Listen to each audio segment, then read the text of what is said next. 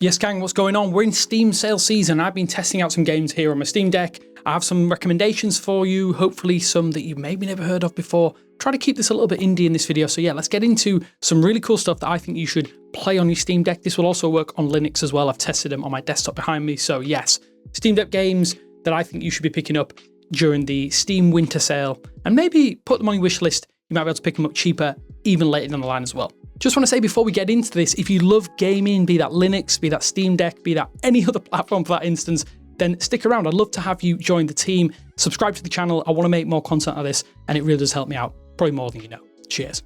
So to be safe, throughout this video, you may see some clips of me playing these games. I've kept it to the start areas, so I'm not spoiling anything, because a lot of these are story-based, not necessarily very long. Indie games don't tend to be those 50, 60-hour epics. But let's start off with Wheel World, which I think is probably my most favorite and the one I think you should pick up the most on this list.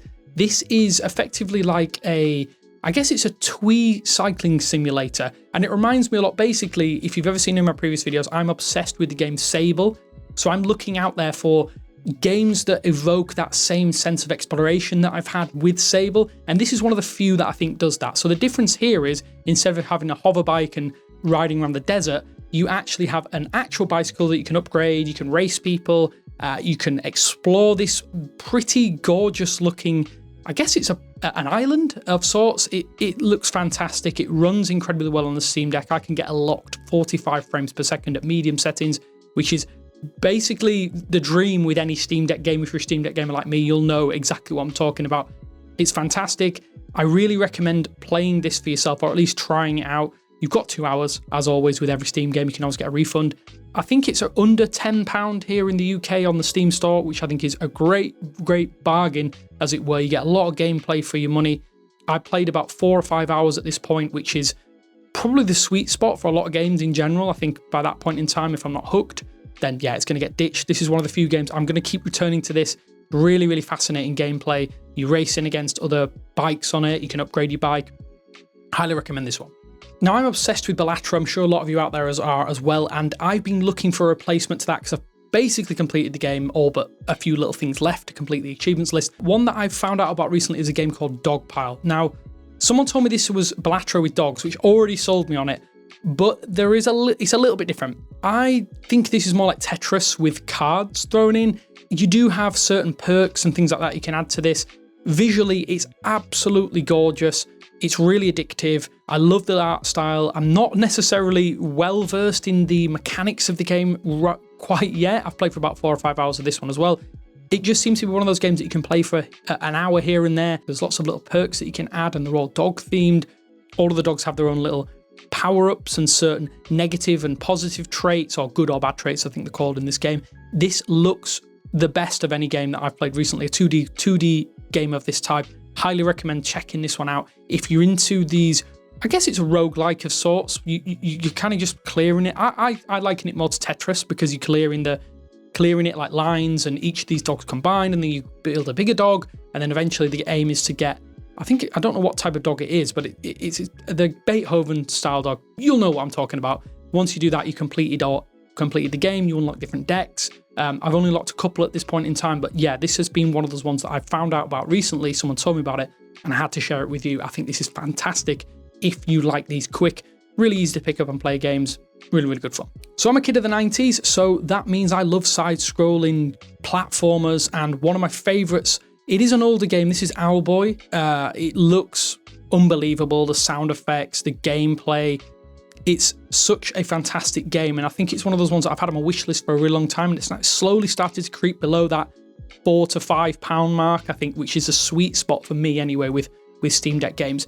I tend to find if I spend a little bit more than that, I can get a little bit disappointed. I don't put enough time in, but if a price of a cup of coffee, or an expensive cup of coffee at that, or a cheeseburger, whatever you want to call it, I think it's fantastic. This is definitely harkens back to that era of hardcore side-scrolling platformers, but there's a level of depth to this that you don't necessarily get with some of those. So I highly recommend checking this one out. It like I say, visually, it's worth a look. I know that it gets harder as you go on, because I have had friends who told me this is a good game, but this has been on my wish list since 2016, 2017, I think, when it was released. Finally picked it up, and I'm enjoying it so far. I've played a few hours of this, but again, after a few hours, I think you pretty much know if it's the game for you, and I'm going to be persevering with this because it's fantastic so far. Sticking with side-scrolling platformers, if you've ever played games like Inside and games of that ilk, basically, there's a little bit of mild peril, as it were. This is a game called Planet of Lana, and the reason why I looked at this game in the first place is I was instantly struck by the visuals. So I think the storyline goes, it's a little bit like War of the Worlds in that respect, where aliens land on a planet, you're a small girl in this instance, and you effectively side-scroll your way through various challenges. There's aliens, there's other mild peril, as I say, things you climb over gaps, do little bits of puzzles. Really, really, really fantastic game. And visually, I think this is one of the most striking that I've seen. The huge landscapes that you see. It runs really well on Steam Deck as well, which is always a massive, massive bonus. You could probably get this running at 90 Hz if you tweak the settings a little bit, but I prefer to stick at 45. This is one of those games that you're probably going to play through this once. I've not quite finished it yet. I'm probably a few more hours away from completing the game, but it is a really, really good fun time if you like really high-end visuals, a little bit of sci-fi thrown in there for good measure. And obviously the platforming it's not necessarily the most tight platforming, but the puzzle sections I think really make up for that. As I say, this is all narrative and driven based, so you don't necessarily have too many skills to learn, just jump and drag things around, but fantastic game, really like this. If you like Inside, this is probably going to be the perfect follow-up for you, so go check it out. Now, I'm a big fan of Banjo-Kazooie. I'm obviously of the era where Nintendo 64 dominated my life, so I've been looking for those kind of games like, as I say, Banjo-Kazooie, Mario 64, Diddy Kong Racing, all of those, that era is the golden era for gaming for me. But this is where Ruffy and the Riverside, terrible name I must admit, is one of those titles that came across my store listings a few years ago. It might have been 2023, something like that. This is a 3D platformer where the main character is a little bit like Paper Mario, so it's 2D. The concept here is that you can paint. You basically draw colours and draw textures from the game, and your little character can imbue them or paint them somewhere else, and that helps you solve puzzles, help other NPC characters. If you have an inkling of interest in the old Banjo-Kazooie titles, I think that's probably the best summation I can give you. Banjo-Kazooie versus Paper Mario, you have the game probably that you want to play more than any other on Steam Deck. This is fantastic. I think it's under £10 now as part of the sale, or definitely under £15 at the very least. I love this game so far. You have a little bee character that helps you fly around. That's like your little sidekick, a little bit like Kazooie on Banjo and Kazooie. The gameplay it's a little bit more restrained, I guess, than some of those other old school platformers. It's not as hectic, but so far so good. Really enjoy this one. Definitely check it out if you like 3D platforming titles.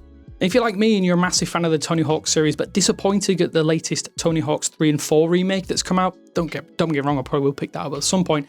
I've been looking for a little bit of a quick fix or something that will give me that same rush, and this is where the ramp comes in. This is a terrible name, but it is very, very simple. I think this probably would have been a Flash game 10 years ago, but yeah, it is what it is. Effectively, this is just a little game where you play as your little character. You can grind, do tricks. The skill level is actually quite high on this as well, so there's not much to learn, but once you master it, it's really, really good fun. There's only 4 maps, so there isn't much depth, but I think for a quick blast here and there, trying to grind around these little maps that they have made for this, these little isometric 3D maps. Really love this game for a quick blast, 10 minutes here and there. You don't need much, but it has been really fun. I think it was a couple of quid as well, so highly recommend this one if you have a passing interest in extreme sports games that want something for, like I say, a quick fix. It feels like a mobile game, but yeah, for that price, can't complain too much. If you want something a little bit more narrative driven, I think as I'm getting older, I prefer those kind of titles, and you should definitely try out Despelote. I think I've absolutely mullered that name. I'm sorry if that's incorrect.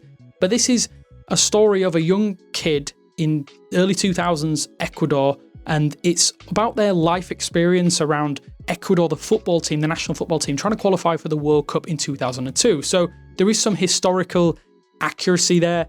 There's excerpts from games, you can hear commentary, and you play this little character going to school, interacting with your parents, and it's all with this backdrop of Ecuador qualifying for the World Cup with some big games coming up. I think the art style is genuinely one of the most unique things I've ever seen in video games. It's absolutely fantastic. You have these 2D art-driven characters in a 3D space that almost is like, it's kind of psychedelic in its color palette as well. It's like purples, yellows, and deeper colors of red.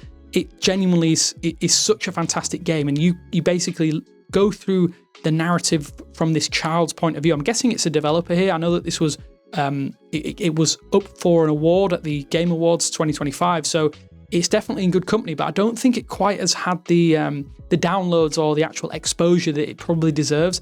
I'm genuinely enamored by this game, and I know that I'm going to sit down and play it through in one sitting, so definitely check this out if you want something a little bit different, because yeah, it's nothing like any game I've ever played before and probably will ever play in future. Now, I've got two more titles that I think I'll be remiss to note here. I think they're a little bit more popular in terms of the actual scope and knowledge of people out there. The first one is Dungeons of Hinterberg, and someone told me about this because they were aware of my obsession with Sable. It's a dungeon clearing game, but the art style is fantastic. It reminds me a little bit of Caravan Sandwich. If you've ever seen my channel before, you'll know that I love that game as well. The storyline is, I mean, it's a little bit tenuous, but I really do enjoy the art style. I think that's what's been driving me here.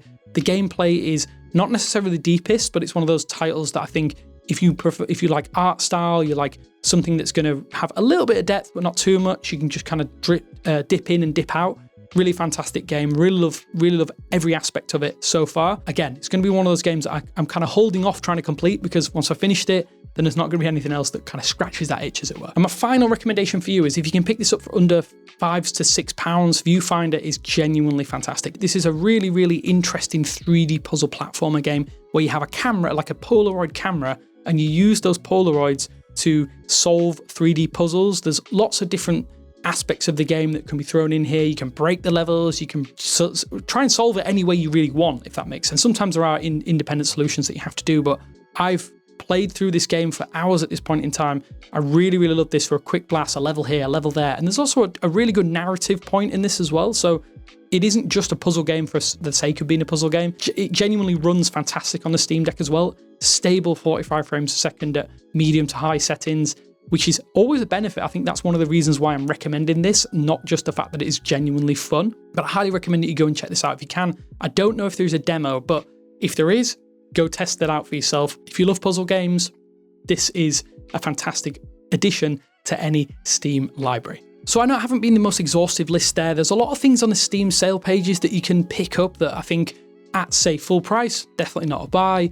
Even sometimes half price aren't worth a look in, but these are some titles that I think are probably lesser known. Hopefully they're lesser known. That I wanted to give a spotlight on these independent developers or smaller developers, because at the end of the day, I think this is where the most fun is to be had, especially on a Steam Deck, because yeah, they're lower power consumption based games. They tend to be more optimized for this lower end hardware as well, which is perfect because it means you can play them for longer.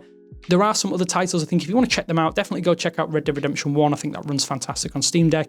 GTA 4, GTA 5, the obvious ones that obvious candidates, as it were. But yeah, these are a small selection of games I've been playing recently. Hopefully that's giving you some titles that you can check out in the next few weeks. If I don't speak to you before, have a great Christmas and a Happy New Year, but hopefully it's helped you out. Cheers.